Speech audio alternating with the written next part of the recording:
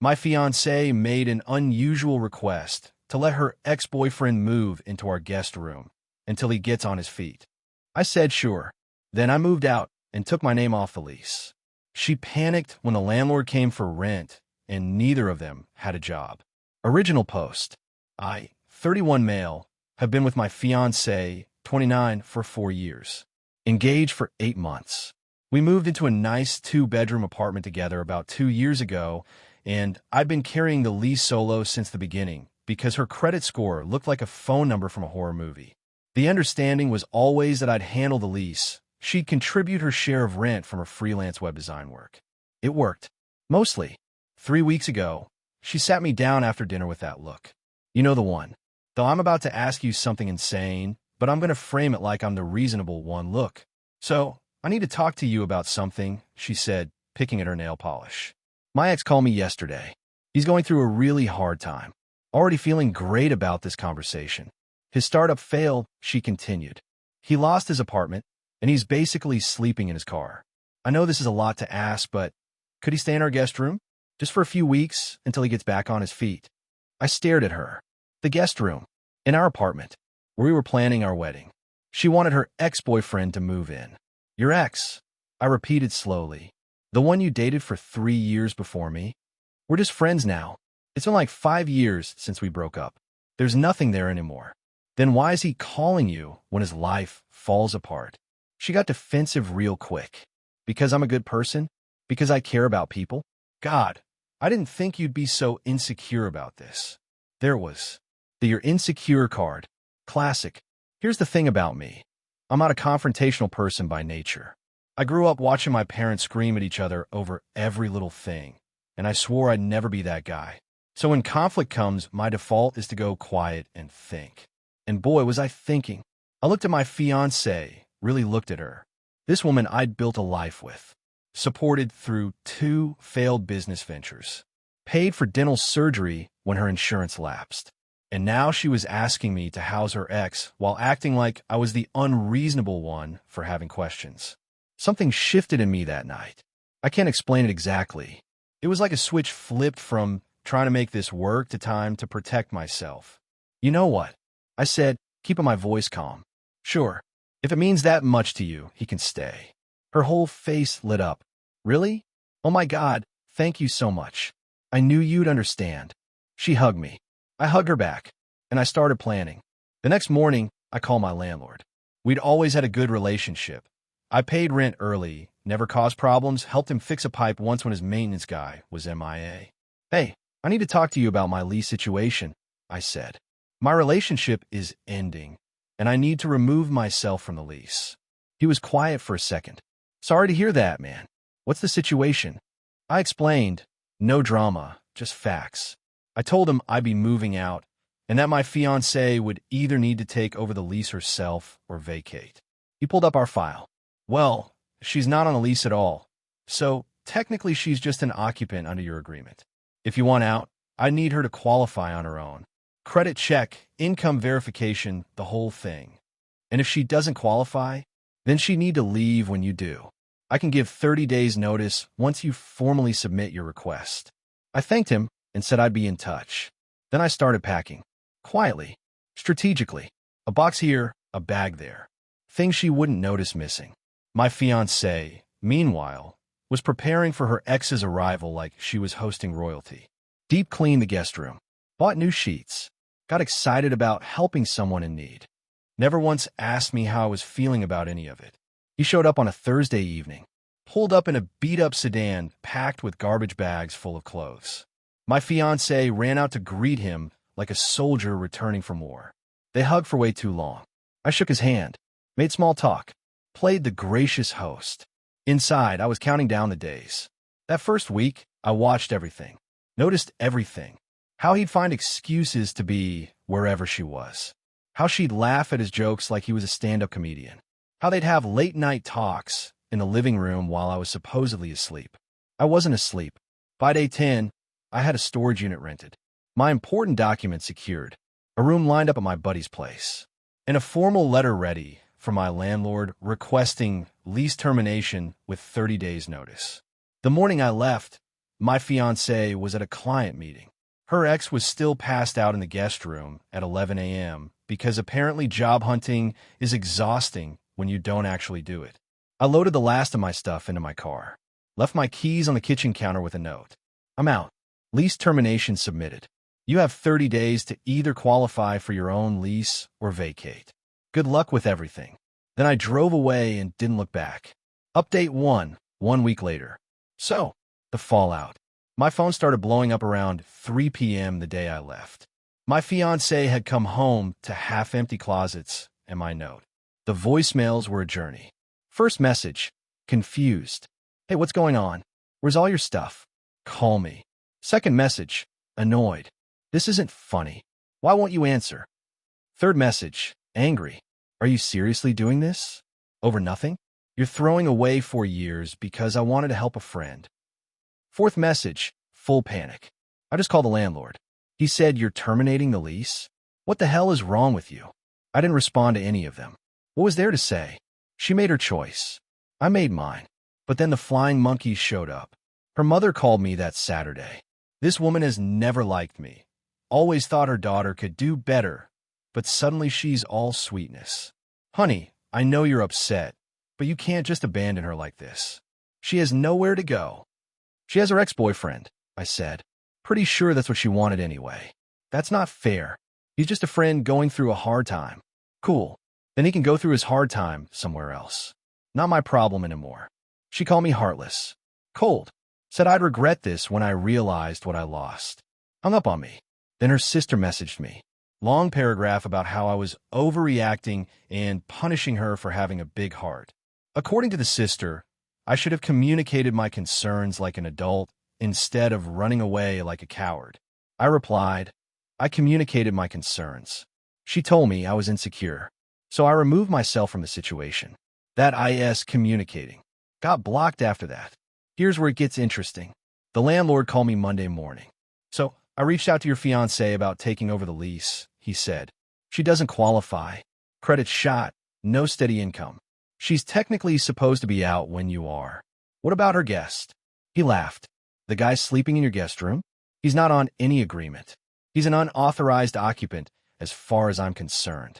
Turns out, when my fiancée tried to negotiate with the landlord, her ex made it worse. Got on the phone and started demanding they be given more time, threatening to involve a lawyer over tenant rights. The landlord, a retired contractor who's seen every scam in the book, wasn't impressed. Told them both that they had until the end of the month to vacate or he'd start formal eviction proceedings. My fiancée texted me that night. Thanks a lot. Now we're being thrown out. Hope you're happy. I didn't respond. But yeah, I was a little happy. Update 2, 3 weeks later. Buckle up because the entitlement got wild. So I thought going no contact would be the end of the direct drama. Wrong. My fiancée decided that if I wouldn't respond to her, she'd find other ways to get to me. First, she showed up at my work. Just walked right into the office building and asked the receptionist to call me. I was in a meeting when my coworker texted me. Bro, your GF is in the lobby crying. I told reception I wasn't available and to please ask her to leave. She refused. Security had to escort her out. She apparently made a scene about how I was ruining her life, and she just wanted to talk. My boss pulled me aside after. I gave him the short version. Relationship ended. She's not handling it well. He was understanding, said to let him know if it became a pattern. That weekend, her ex reached out to me. Through LinkedIn, of all places. This clown sent me a professional connection request with a message. Hey man, I think we got off on the wrong foot. Would love to grab a beer and clear the air. Also, any chance you could talk to the landlord about extending the move-out date? We just need another month or two to figure things out. I almost admire the audacity. Almost. I declined the request without responding. Then came the guilt trip parade. My fiancé's mother called again, but this time she wasn't sweet. She was furious. You selfish, spiteful little man, she started. My daughter gave you 4 years of her life, and this is how you repay her? By making her homeless. Ma'am, I paid for that apartment. I'm on that lease. Your daughter's ex-boyfriend moved in without my real consent. and I removed myself from a situation I didn't agree to. That's not spite. That's self-preservation. She said you agreed. I agreed because saying no would have made me the villain either way. At least this way, I'm free. She went on a 10-minute rant about how I'd never find anyone who loved me like her daughter did. I let her talk. When she finally ran out of steam, I said, "Are you done? I have things to do." The sound she made before hanging up was almost worth everything. But here's where things got messy. The landlord called me midweek with an update. Apparently, neither my ex-fiancée nor her friend had made any moves to leave. Not only that, but they'd stopped even pretending to look for alternatives. They were just staying, eating through whatever food was left, not paying anything. "I'm starting the formal eviction process," the landlord told me. "Just wanted you to know since your name was on the original lease." "I'm already off it, right?" "Yeah, you're clear. But I might need you to make a statement if this goes to court. They're claiming you abandoned them without notice." Abandoned them? Like we were a family unit and I was the deadbeat dad. The audacity was almost impressive. The landlord wasn't playing around, though. He served them official eviction papers the next day. 30 days to vacate or face sheriff enforcement. And that's when my ex-fiancée finally dropped the act. She sent me a text from her mother's phone. "Since I blocked her, I know what you're doing. You're trying to destroy me because you can't handle that I cared about someone other than you. This is abuse. I'm documenting everything. You'll be hearing from my lawyer." I screenshot it and sent it to the one lawyer friend I have. His response, "LOL. She has no case. You removed yourself from your own lease. That's not abuse, that's moving out." I slept pretty well that night. Final update, 6 weeks after I left. Time to wrap this up because I'm tired of living rent-free in these people's heads. The eviction went through. No lawyer ever materialized from my ex's side. Shocking, I know. Turns out legal representation costs money, and money requires income, and income requires a job. Neither of them had managed that particular achievement. Sheriff showed up on day 31. I know this because the landlord sent me a photo. We'd become oddly friendly through all this. My ex and her friend were hauled out with whatever belongings they could grab. The rest? Considered abandoned property. Landlord had it removed. Here's what happened to everyone. My ex moved back in with her parents. Her mother is apparently furious. Not at her daughter for the choices that led here, but at me for not being man enough to work through problems. Some people never change. I heard through mutual friends that she's telling everyone I was emotionally unavailable and controlling throughout our relationship. Classic rewrite. I'm not correcting the record. The people who know me know the truth. The rest don't matter. Her ex ended up couch surfing with other people he'd burned bridges with years ago. Last I heard, he's on his third host family in 2 months. Apparently, even bleeding hearts get tired of supporting grown men with no plan. His LinkedIn still says entrepreneur and visionary, which is honestly the funniest thing to come out of this whole mess. As for me, I'm doing all right. Not great, not terrible. My buddy's spare room is small, but it's quiet. I've been putting money aside. Turns out you save a lot when you're not subsidizing someone else's lifestyle. Been looking at studios, something simple just for me. The engagement ring? Returned it. Got about 60% of what I paid, which stung, but that money went straight into savings. Wedding deposits we'd put down? Lost those. Non-refundable. That hurt more than I expected. Not the money itself, but what it represented. I really thought we were building something.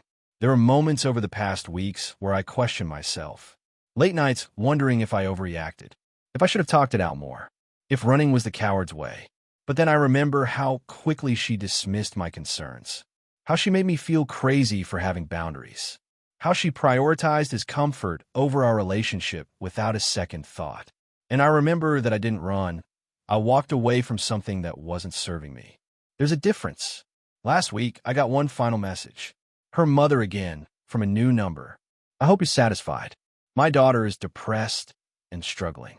Her friend is gone, and she's alone. You broke her." I typed out a response. Deleted it. Typed another. Deleted that too. Finally settled on. She had a partner who loved her.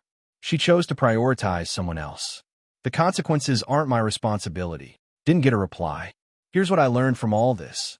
When someone shows you who they are, believe them. My ex showed me that her ex would always matter more than my comfort. Her family showed me that I would always be the villain in their story. And I showed myself that I'm capable of making hard choices when I need to. No revenge fantasies here. No grand karma moments. Just a guy who removed himself from a bad situation and let the natural consequences play out. Some of you might think I should have fought harder, communicated more, given her another chance. Maybe you're right, but I spent 4 years being the understanding one, the flexible one, the one who adjusted. I'm tired. The apartment's got new tenants now. The landlord told me. Young couple, both on the lease, both employed. Good for them. As for my future, I'm taking it slow. Not ready to date. Not ready to trust like that again. But I'm working on being okay with being alone for a while. It's not the worst thing. To everyone who read this whole thing, thanks for letting me get out. Writing it down helped more than I expected. Moving forward now. For real this time.